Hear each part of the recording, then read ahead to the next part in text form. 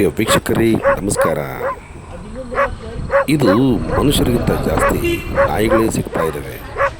ಇದು ಒಂದೇ ಊರಿನ ಸಮಸ್ಯೆ ಅಲ್ಲ, ಎಲ್ಲ ಊರಿಂದು ಸಮಸ್ಯೆ. ನಿಮ್ಮ ಹೆಸರೇನು ಸರ್? ಇದೇನು ನಾಯಿ ಕಚ್ಚಿರೋದ? ಎಲ್ಲಿ ಇದು ಅಡ್ರೆಸ್ಸು? ಶಂಕರ್ ಲೇಔಟ್. ಏನು ನಿಮ್ಮ ಪಡಿ ನೀವು ಬರ್ತಾ ಇದ್ರಾ? ನನ್ನ ಕಡೆಯಿಂದ ಬರ್ತಾ ಇದ್ದೆ. ಒಂದೇ ಸರಿ ಅಟ್ಯಾಕ್ ಮಾಡಿ ಕಚ್ಚಿದೆಯಲ್ಲ?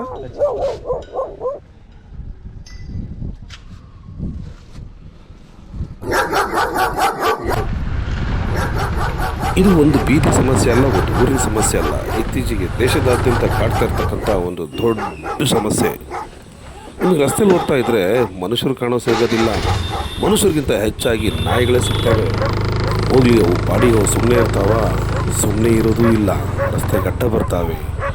ಸ್ವಲ್ಪ ಏನಾದರೂ ಗಾಡಿ ಟಚ್ ಆಯಿತು ಅಂದರೆ ಎಲ್ಲ ನಾಯಿಗಳು ಒಟ್ಟಾಗಿ ಸೇರಿಕೊಂಡು ಒಬ್ಬ ಮನುಷ್ಯನ ಮೇಲೆ ಹಲ್ಲೆ ಮಾಡ್ತವೆ.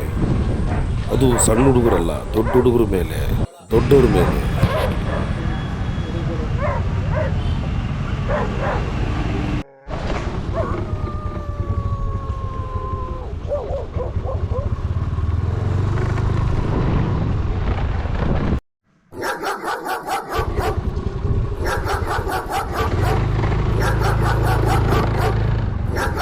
ಸರ್ ನಿಮ್ಮ ಹೆಸರು?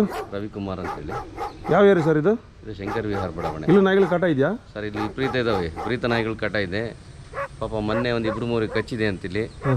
ಇದನ್ನು ಸ್ವಲ್ಪ ತಡೆ ಹಿಡಿಬೇಕು ಪಾಲಿಕೆ ಅಧಿಕಾರಿಗಳು ಮತ್ತು ಪಾಲಿಕೆಯ ಸಂಸ್ಥೆ ಆಡಳಿತ ಮಂಡಳಿಯವರು ಇದನ್ನು ಸೂಕ್ತ ಕ್ರಮ ತಗೊಳ್ಬೇಕು ಅಂತೇಳಿ ಕೇಳ್ಕೊಳ್ತಾರೆ. ಈಗ ನಾಯಿಗಳನ್ನ ಶಿಫ್ಟ್ ಮಾಡಬಾರ್ದು ಅಂತ ಒಂದು ಕಾನೂನು ಇದೆ.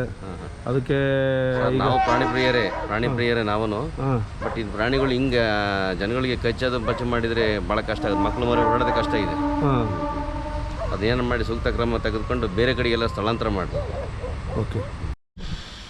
ರಸ್ತೆಯಲ್ಲಿ ವಿಚಿತ್ರ ನಾಯಿಗಳಿದ್ದಾವೆ. ರೇಬೀಸ್ ಕಾಯಿಲೆ ಬಂದಿರತಕ್ಕಂಥ ನಾಯಿಗಳು ಕೂಡ ಇದ್ದಾವೆ. ಇತ್ತೀಚೆಗಷ್ಟೇ ಆಜಾದ್ ನಗರ ವ್ಯಾಪ್ತಿಯಲ್ಲಿ ಒಂದು ಸಣ್ಣ ಮಗು ರೇಬೀಸ್ ಕಾಯಿಲೆ ಬಂದಿರತಕ್ಕಂಥ ನಾಯಿ ಕಚ್ಚಿದ್ದು 6 ತಿಂಗಳು.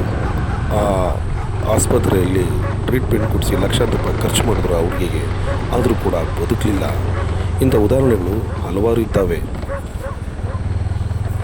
ದಯವಿಟ್ಟು ಮಾನ್ಯ ಜಿಲ್ಲಾಧಿಕಾರಿಗಳಿರ್ಬೋದು, ಪಾಲಿಕೆಯ ಕಮಿಷನರ್ ಅವರು ಇರ್ಬೋದು, ಈ ನಾಯಿಗಳಿಗೆ ಒಂದು ಗತಿಗಾಡಿಸ್ರಿ.